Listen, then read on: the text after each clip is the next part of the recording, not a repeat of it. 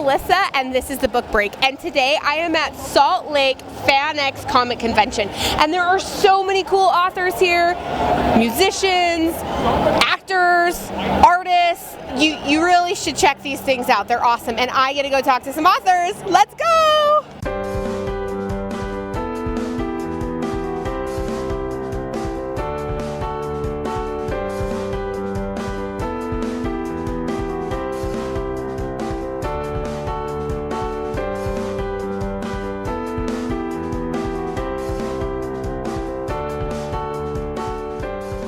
I'm Melissa, and this is the Book Break. Thanks for joining us today. Today we are at the Salt Lake FanX Comic Convention, and I get to talk to some awesome people, starting with my favorite, Dave Butler. Thanks. Hi, Melissa. Hi, Melissa. Hello.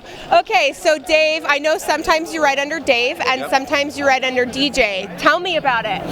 Well, it's branding, really. It's to communicate what's inside the book. I write under the name Dave Butler when I write for kids. So this is the first book in my kids series with Random House, The Extraordinary Journeys of Clockwork Charlie. It's a completed trilogy. The Kidnap Plot, it's about a boy named Charlie. Charlie's a reader, but what he wants to be is an adventurer, but he lives in London, which is dirty and dangerous, so Dad won't let him leave the house. Until the day trolls kidnap Charlie's father, and then to rescue his dad, Charlie has to become the adventurer of his dreams. Awesome. So, and what age is this book for? So depending on how good a reader your kid is, 8+. The goal with writing a good kids book is always to write something where an adult could read it even to themselves and not feel, talked down to or insulted. That's the goal. So hopefully adults find that satisfying adventure fiction as well. Yeah. So Dave Butler as a kids author. Okay. And then I've got to ask, because I can't stop looking at it. Oh, yeah. Tell me about your hat. Oh yeah, shout out to James Townsend and Son in Pierceton, Indiana. They make Revolutionary War reenactment clothing and hats and kitchenware and recipes. They got a great YouTube channel, by the way, where they make period recipes. I wear hats. I wear hats because when The Kidnap Plot came out in 16, people started posting Facebook pictures of me, and I realized that I was way more bald than I thought. And so I called my wife from the floor of Denver Comic Con, and it was Denver Comic Con at the time, and said, okay, look, I'm bald. There are two options, and you tell me what I can do. I will shave my head all the way. Kojak, Stephen R. Covey. I said, or I'm going to wear a hat. She said, okay, you wear a hat. So the first hat I got, and basically I've sort of gotten a new hat each year, was actually one of these. I got a hat to match the cover of this book, which in England is called a John Bull. It's a short top hat. Yeah. And I got that from the Blonde Swan, which is a hat and clothing boutique you find often at these events. And then I wore kind of a big leather gaucho hat for a year, and the last year has been tricorn hats. I got a brown one and a black from Townsend and Son in Pierceton, Indiana. And I had to commission my next hat. It's being made right now. Can you tell us what kind of hat? Well, it's made out of 2 badger pelts. So I had to go acquire a couple of North American badger pelts. And it's kind of gonna look like a big cap with a mullet is what it's really gonna look like. But it's being made by local craftsman Scott Tarbett right now. Oh, nice. Yeah. That'll be fun. Okay, so I know about your children's books, but I know you write adults. I do. And you've got steampunk, you've got all kinds of stuff. Tell me about some more of your adults. Well, I'm very excited about this series.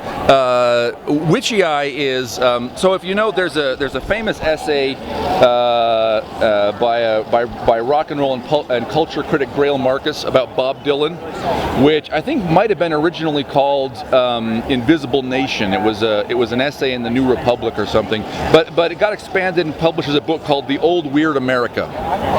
And sort of his argument about Bob Dylan is that why Dylan resonates is that he's writing about America before homogenization, before industrialization, the America of Johnny Appleseed and wandering poets and cowboys and So Old Weird America. This is the epic fantasy of Old Weird America.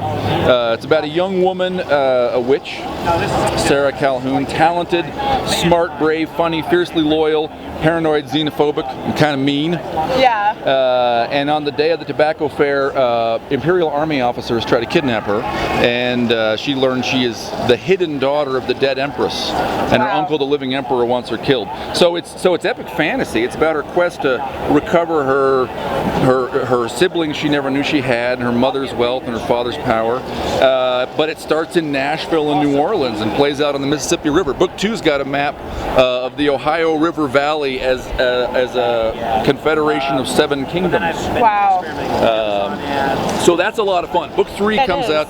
This just, for local Utah audiences, this just won the AML Award for Best Novel 2018 and is a finalist for the Whitney Award in the speculative fiction category. And when did you say this next book is coming out? August.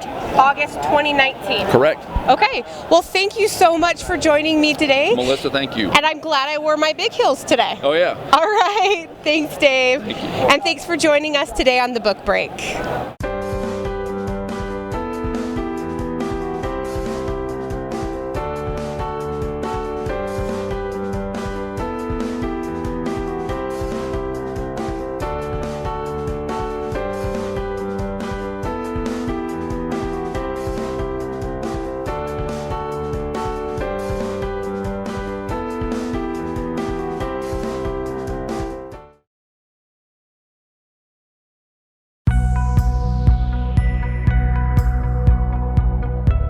Becoming an author can open more doors than you can possibly imagine. I've seen amazing opportunities come to writers and business owners once their books are published. It can explode your credibility and expand your audience and clientele across the globe. And it can pave the way for future book deals or land you a spot on the bestseller lists. But to get those results, you have to go beyond just grabbing your reader's attention. You have to lock onto their emotions and deliver a transformative experience. I'm Angela Eschler, the founder of Eschler Editing, and we know what it takes to get there.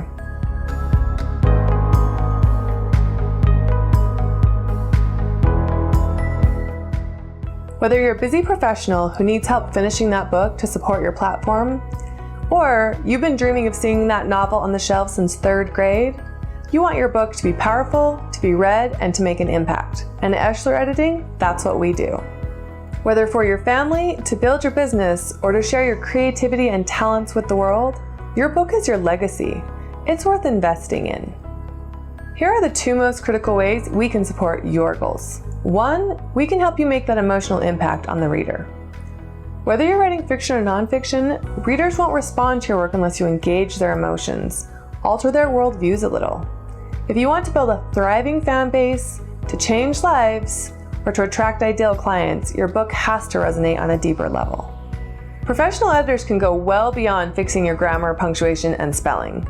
In addition to helping you capture your authentic voice, we can make sure your stories and ideas are compelling to deliver an experience for your reader. It doesn't matter if you're writing about socks or sci-fi. On some level, you've got to make that emotional impact. The second thing we bring to the table is an in-depth understanding of the publishing industry, so we can help you choose the best path to reaching your ideal readers.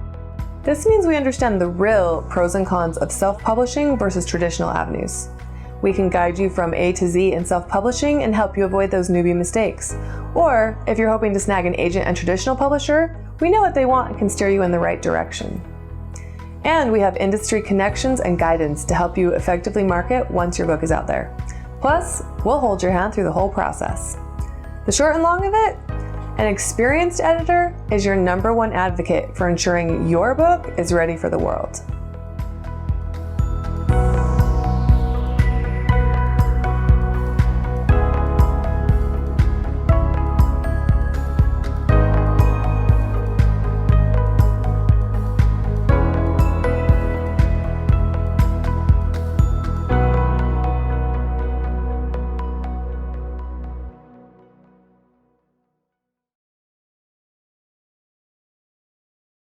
Hi, I'm Melissa, the host of the show The Book Break, and today I would love to tell you about the book The Purple World by Dr. Joseph Q. Jarvis.